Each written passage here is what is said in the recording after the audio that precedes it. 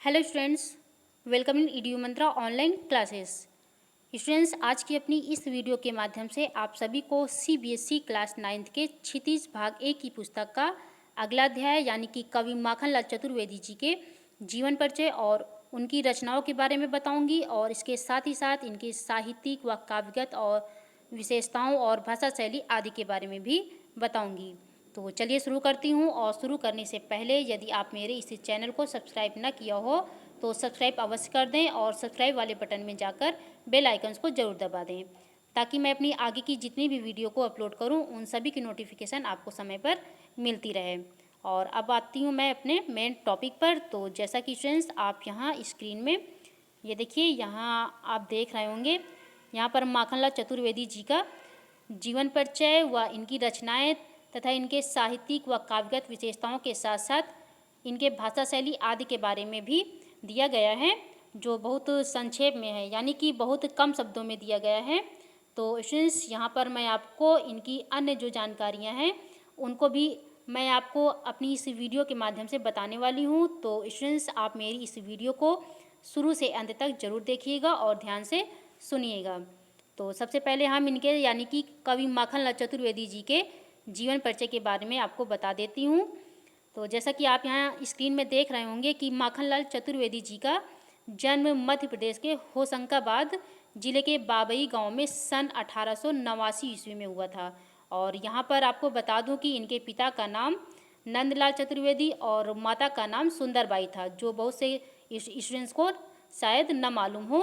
और इनकी जो प्रारंभिक शिक्षा है वो इन्होंने अपने गांव से ही प्राप्त किया था और इन्होंने घर पर ही संस्कृत, बांग्ला, गुजराती और अंग्रेजी भाषा का अध्ययन किया और इसके पश्चात मात्र 16 वर्ष की अवस्था में ये शिक्षक बने, यानी कि एक प्रसिद्ध अध्यापक बने। और बाद में अध्यापन का कार्य छोड़कर इन्होंने प्रथा पत्रिका, जो इनकी प्रसिद्ध पत्रिका है, जिसे इन्होंने सन 1913 ईस्वी में इस प्रभा पत्रिका का संपादन शुरू किया था, यानी कि आरंभ किया था। और ये एक देशभक्त कवि एवं प्रखर पत्रकार भी थे और इन्होंने कर्मवीर और प्रताप का भी संपादन किया था।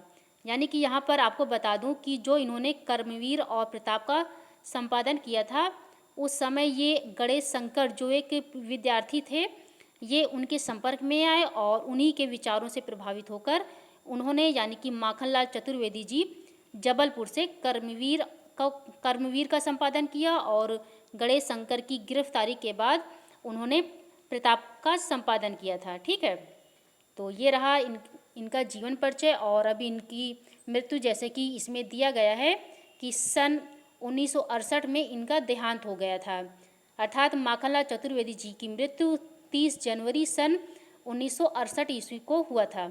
और अब आगे इनकी रचनाओं के बारे में आपको बता देती हूँ। जैसा कि आप स्क्रीन में देख रहे हैं कि हिम किरीटिनी, साहित्य देवता, हिम तरंगिणी, वेणु लो गूंजे धरा इनकी प्रमुख कृतियाँ हैं। और यहाँ पर देखिए जो इनके प्रमुख कृतियों के बारे में बताया गया है। इसके अलावा भी इनके और भी अन्य कृतियाँ या रचनाएँ हैं जो आप ध्यान से सुनिएगा। और जैसे देखा जाए तो इन्होंने अपने कविता में हिम किरीटिनी, साहित्य देवता, हिम तरंगिणी, वेणु लो गूंजे धरा के अलावा युग चरण, माता, समर्पण, बीजुरी, काजल आंज रही और मरण ज्वार और धूम्र वलय आदि इनके कविता संग्रह हैं। और नाटक में इन्होंने कृष्णार्जुन युद्ध व संस्मरण में इन्होंने समय के पाँव की रचना की है। ठीक है, और फिर आगे इन्होंने पद्म भूषण एवं साहित्य अकादमी पुरस्कार से सम्मानित किया गया था इन्हें, यानी कि सन 1963 ईस्वी में भारत सरकार ने इनको पद्म भूषण की उपाधि से सम्मानित किया था। ठीक है, तो ये इनकी रचनाएं थी। और यहाँ पर आगे देखिए, जैसा कि आगे दिया है, हाँ ये देखिए, ये इनके यहाँ पर साहित्यिक व काव्यगत विशेषताओं के बारे में बताया गया है।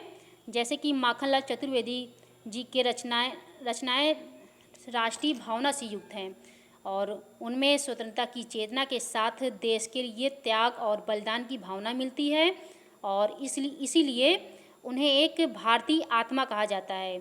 और इस उपनाम से इन्होंने कविताएं भी लिखी और ये एक कवि कार्यकर्ता भी थे और स्वाधीनता आंदोलन के दौरान कई बार जेल भी गए तथा इसके अतिरिक्त इन्होंने यानी कि माखनलाल चतुर्वेदी जी ने भक्ति, प्रेम और प्रकृति संबंधी कई कविताएं भी लिखी है, जिसमें प्रकृति उनके काव्य का प्रमुख विषय रहा है। और माखनलाल चतुर्वेदी जो कविता में इन्होंने शिल्प की तुलना में भाव को अधिक महत्व देते थे। और यहाँ पर उन्होंने परंपरागत छंदबद्धता, एक तत्सम शब्दावली के स्थान पर बोलचाल की भाषा के साथ साथ उर्दू, फारसी शब्दों का भी प्रयोग किया है।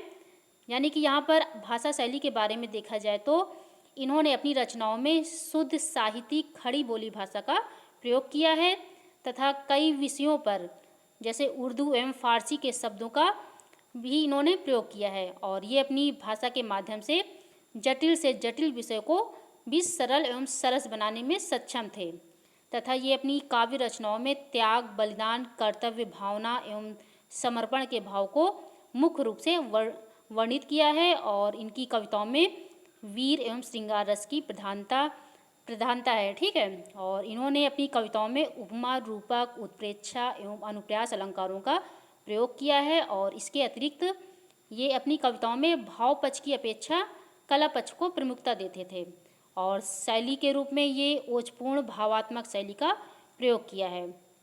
तो स्टूडेंट्स, ये रहा कवि माखनलाल चतुर्वेदी जी के जीवन से संबंधित जानकारियाँ और मुझे विश्वास है कि आप सभी स्टूडेंट्स को मेरी आज की यह वीडियो ज़रूर पसंद आई होगी। और अगर आप सभी लोगों को मेरी आज की वीडियो पसंद आई हो तो इसे लाइक करें, सब्सक्राइब करें और आप ही की तरह जो इस परीक्षा की तैयारी कर रहे हैं उन्हें भी शेयर करें। और अब आप सभी को बता दूं कि अगली वीडियो में मैं आपको कवि माखनलाल चतुर्वेदी जी के द्वारा रचित कविता कैदी और कोकिला को व्याख्या के साथ पढ़ाऊंगी। ठीक है। और अब मैं अपनी आज की वीडियो को यहीं पर समाप्त कर रही हूँ और मेरी पूरी वीडियो को देखने के लिए आप सभी को थैंक यू।